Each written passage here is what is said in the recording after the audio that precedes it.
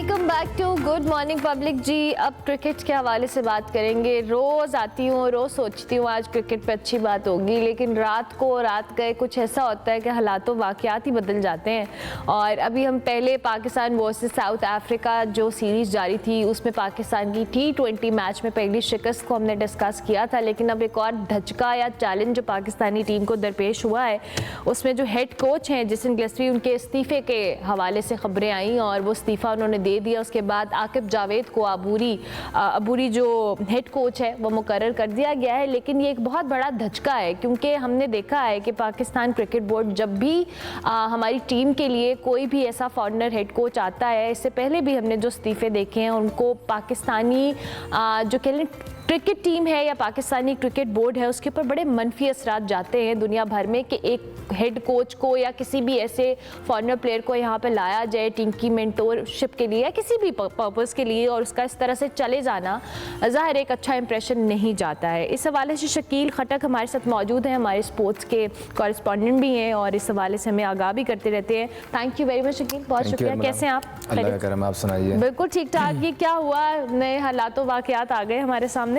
नहीं आ तो गए। देखिए, आपकी एक बात मुझे अच्छी लगी कि इसका इंप्रेशन बड़ा नेगेटिव जाता है पूरी दुनिया में। अगर हम ब्रॉडर पर्सपेक्टिव में देखें तो इसका इंप्रेशन तो नेगेटिव जाता ही है, लेकिन इसके बैकडोर पे बहुत सारी ऐसी चीज़ें होती हैं कि जिनसे शायद आम जो व्यूअर है, जो आम सोशल मीडिया के ऊपर डिस्कस करता है, उन्हें अंदाज़ा नहीं है कि पीछे हो क्या रहा था। अब जेसन गिलेस्पी ने जैसे रिज़ाइन किया, हमारी नज़र में तो ये एक्सपेक्टेड था, लेकिन आम जो जनता बैठी हुई है, आम जिनको नहीं पता, जो कि सिर्फ मैच देखते रहते हैं टीवी पे, उन्हें अंदाज़ा नहीं था कि शायद वो रिज़ाइन करेगा।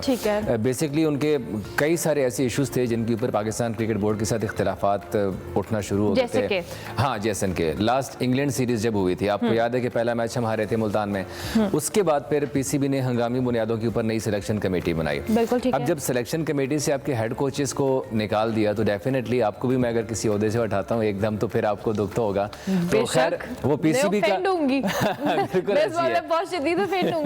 तो PCB ने तो अपनी तरफ से बड़ा अच्छा डिसीजन किया था। उसके रिजल्ट भी हमने देखे, बड़े पॉजिटिव रिजल्ट आ गए थे कि सिलेक्शन कमेटी ने आते साथ ही टीम में कुछ ऐसी चेंजेस की, जैसे बाबर, रिजवान, अपना शाहीन को बिठा दिया, रेस्ट करवा दिया गया था उस टेस्ट सीरीज में। हमने नुमान को लेके आ गए, साजिद को लेके आ गए थे और बड़ा अच्छा रिजल्ट आ गया था। तो जैसन चाह रहा था कि मुझे सिलेक्शन कमेटी के से क्यों निकाला और सिलेक्शन कमेटी में मुझे बरकरार रहना चाहिए था। एक तो उनको इस चीज़ के ऊपर थोड़ा सा था कि जहाँ से इख्तिलाफात बेसिकली शुरू हो गए थे। उनकी सही रिजर्वेशन थी इस हवाले से कि एक हेड कोच का उस सिलेक्शन कमेटी के अंदर होना? नहीं, आई डोंट थिंक सो। उसकी रीज़न क्या है कि आप इंटरनेशनली जितने भी क्रिकेट बोर्ड्स उठा के देख लेना, वहाँ पे कोच का इनपुट ज़रूर होता है, बट सिलेक्शन के मामला सिलेक्शन कमेटी करती है, जो सिलेक्टर्स होते हैं वो करते हैं। ठीक है, ये हर जगह पे ऐसे ही चल रहा है। हाँ, इनपुट जाहिर सी बात है कि आपने देखा हुआ है, हाँ होनी चाहिए, उनको पता है, वो भी प्लेयर्स को देखते रहते हैं।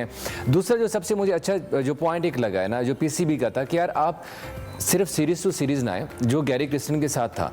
जैसन को ये कहा गया था कि आप यहाँ पर आए, आप डोमेस्टिक स्ट्रक्चर देखें, चैंपियंस कप हो रहा है, वनडे कप हो रहा है, बाकी जो हमारा डोमेस्टिक हो रहा है उसमें आप देखें, आप प्लेयर्स को पिक करें, प्लेयर्स को पहचानें, जो हमारा रॉ टैलेंट नीचे से आ रहा है, ताकि आपको भी आइडिया आता रहे और आप प्लेयर्स के साथ भी घुल मिल जाएंगे। इस तरह ऐसे तो नहीं है कि आप आएंगे मेहमान की तरह आ गए, सीरीज आपने कर ली और फिर चले गए। एक तो ये चीज़ थी कि जैसन को उस चीज़ के ऊपर था कि नहीं, मैं सारा साल तो यहाँ पर रह नहीं सकता, क्योंकि उनके कॉन्ट्रैक्ट में था कि 12 महीने में आपको 1 महीना की छुट्टी है और 11 महीने अपने काम करना है। अब ऐसे तो नहीं हो सकता कि आप ऑस्ट्रेलिया में बैठे हुए हैं, सीरीज आ गई तो आप खेल लिए, उसके बाद चले गए। फिर उन्होंने दोनों फॉर्मेट का, मतलब व्हाइट बॉल और रेड बॉल दोनों का, वो कोच बनने का कहा कि भाई मैं कोच बनना चाहता हूँ, दोनों का मुझे बना दें।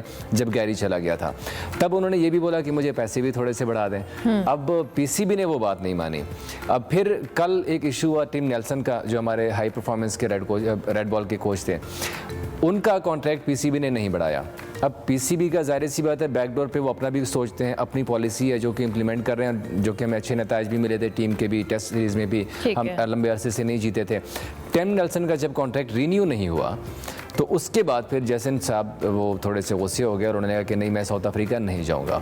PCB ने जाहिर सी बात है उनकी जो भी गुफ्तगू हुई है वो रहने दें, लेकिन फिर उन्होंने कहा कि ठीक है मैं नहीं जा रहा और फिर उन्होंने रिज़ाइन कर दिया।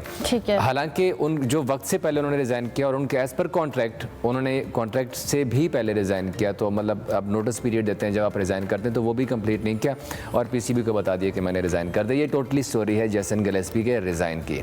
अब इसको आप जिस मर्जी में इम्पैक्ट क्या आएगा पाकिस्तान वर्सेस साउथ अफ्रीका? पहला ही T20 मैच है जो कि हम हारे हैं, और आपके ही अल्फाज थे कि हारे नहीं है, हमने उनको जिताया है। तो ये बताएं कि ये कैसे होगा फिर आगे? नहीं देखिए, हार जीत होती रहती, हम ये नहीं कहते, लेकिन खिलाड़ी अगर जैसे चेयरमैन भी कहते थे ना कि खिलाड़ी हार जीत होती रहती, मैं एक्सेप्ट करूंगा, लेकिन खिलाड़ी फाइट करके हारे, मजा तब आता है। हम लोग भी यही कहते हैं कि आप लोग फाइट करके आते हैं ना, हमें कोई इशू नहीं है। आप किसी भी टीम के साथ, चाहे वो आप जिम्बाब्वे से भी आते हैं ना, लाना करे दोबारा से, अगर आपने फाइट किया, क्योंकि फाइट जब आप करते हैं तो आप नजर आते हैं ग्राउंड में कि आप वाकई जान लड़ाते हुए नजर आते हैं। ये नहीं कि आप पहले से हथियार डालते। तो आज भी मुझे तो कम से कम है कि अगर टीम में ज़ाहिर सी बात है चेंजेस की ज़रूरत नहीं है, जो प्लेइंग 11 था वही प्लेइंग 11 होनी चाहिए, और उम्मीद है कि सेम प्लेइंग 11 के साथ हम दूसरे T20 खेलने के लिए जाएंगे।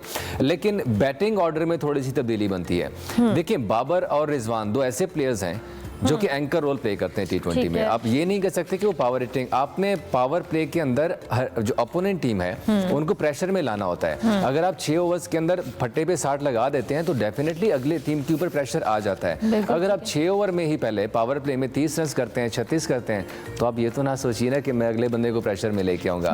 तो बैटिंग ऑर्डर में चेंज होना चाहिए। रिजवान या बाबर में से एक को वन डाउन आना चाहिए, जैसे पहले भी होता रहा। आप साइम को ऊपर भेजें, ताकि अगर रिजवान का उनके साथ रोक रहा है, ब्लॉक कर रहा है, साइम को मौका दे, वो हिटिंग करे। अब इधर से बाबर भी रोके, उधर से रिजवान भी रोके, तो ऐसे तो फिर मेरा ख्याल है काम ऐसे नहीं चलेगा काम। और ऐसे कैसे चलेगा काम के आ रहे हैं फॉरेनर कोचेस और वो आके रिजाइन कर रहे हैं, उनके कंसर्न्स अपनी जगह, लेकिन पीसीबी और ऑलरेडी पाकिस्तानी टीम, हम बार बार बात कर रहे हैं कि चैलेंजेस से 2-4 है, और हमें इन चैलेंजेस को ओवरकम करने के लिए बड़ी स्ट्रगल करनी पड़ी है। शकील, अब इतने कोई बड़े चैलेंजेस मुझे नजर नहीं आ रहे। उसकी रीजन ये कि अब आकिब जावेद को अगर आप लेके आए हैं तो देखिए, आकिब का एक अच्छा खासा एक्सपीरियंस है कोचिंग में, नॉट जस्ट हमारी फ्रेंचाइज क्रिकेट में भी नहीं बल्कि इंटरनेशनली भी वो कोचिंग करके अभी रिसेंटली वर्ल्ड कप में श्रीलंकन टीम के साथ थे। तो उनका एक अच्छा खासा एक्सपीरियंस है कोचिंग के अंदर। अब अगर उनको जिम्मेदारी दी गई है, हाँ, इस लिहाज से आप कह सकते हैं कि बर्डन ज्यादा हो गया। अब 3 फॉर्मेट है, T20 है। सॉरी इंटरप्ट करी, उससे पहले भी हमने देखा है कि जब एक शख्सियत को 3-4 रोल इकट्ठे दिए जाते हैं तो वो कहीं ना कहीं इनपुट सही से नहीं दे पाते हैं।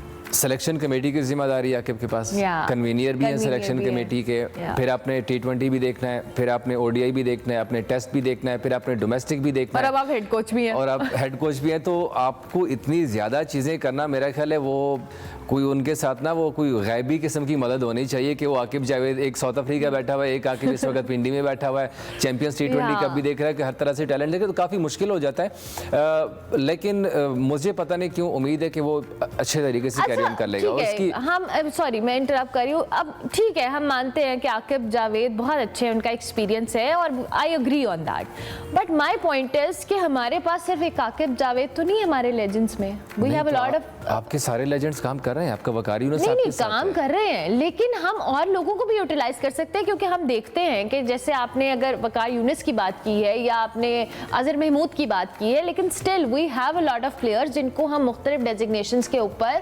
यूटिलाइज कर सकते हैं। सिर्फ आकिब जावेद को सारी जिम्मेदारियां देना, उनके साथ भी तो कहीं ना कहीं ज्यादती है। ये नहीं, ज्यादती तो खैर नहीं कहेंगे, मैं भी आपको अच्छे पैसे दूंगा तो आप भी कहेंगे कि नहीं मुझे और काम देते। लेकिन ऑन अ सीरियस नोट अगर हम बात करें तो ऐसे नहीं है। जो आकिब जावेद है वो इस वक्त अबूरी हेड कोच है, मतलब मुस्तकिल नहीं तैनात किया गया, वो चाहे व्हाइट बॉल में है चाहे वो रेड बॉल में है, अभी अबूरी हेड कोच है।